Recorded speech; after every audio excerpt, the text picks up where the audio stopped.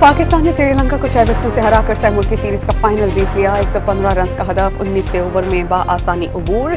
3 wicket लेने वाले Mohammad Nawaz player of the match, Shahzada Farhan के लिए प्लेयर ऑफ द टूर्नामेंट और बाबर आजम के लिए बेहतरीन फील्डर का एहसास।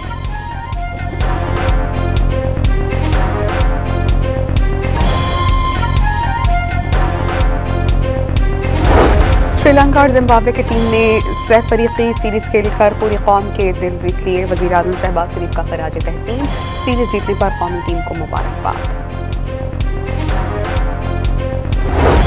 तर्जुमान पाक फौज ने अफगान तालिबान को दरअंदाजी करने वाले दहशतगर्दों का सहूलतकार करार दिया। खैबर पख्तूनख्वा के बॉर्डर एरियाज में पॉलिटिकल टेरर क्राइम गठजोड़ का इंकशाफ।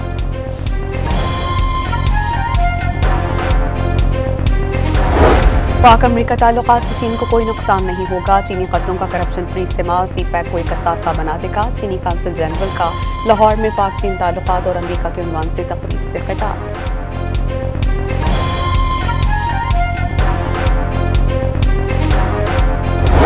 मिस्र के वज़ीर ख़ारजा डॉक्टर बदर अहमद पाकिस्तान के 2 रोज़ा दौरे पर इस्लामाबाद पहुंच गए। हम मनसब इसहाक डार के साथ मुलाकात में 2 तरफ़ा ताल्लुकात और इलाक़ाई मसाइल पर तबादला ख्याल होगा।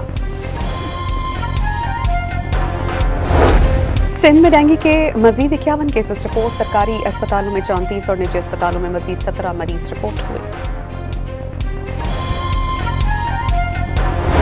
खैरपुर मैराथन रेस में मनपसंद तालिबात को इनामात देने का इल्जाम। शोर शराबे और बदनस्मी के बाद रुकने कौमी असम्बली नफीसा शाह तकरीब छोड़कर चली गईं।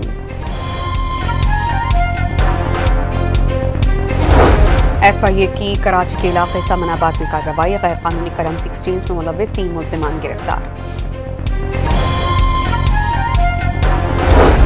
तूफान से मुतासरा श्रीलंका के लिए पाक बहरिया का रिलीफ ऑपरेशन। जहाज से इमदादी सामान लेकर कोलंबो पहुंच गया।